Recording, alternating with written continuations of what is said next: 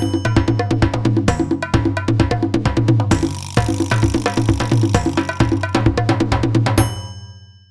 everyone, welcome at the social trade fair here on Flower Factor.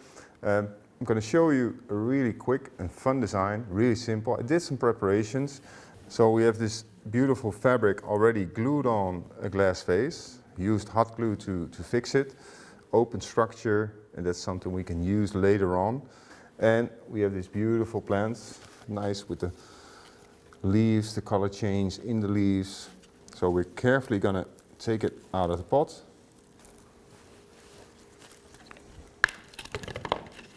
I'm going to just place them in, push them in. What I'm going to do is I'm going to use these sticks, and with the sticks I'm going through the ends of this material.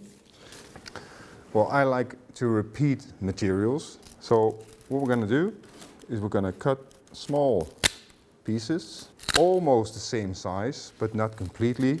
We're going to place them like this. We're going to create a little platform almost.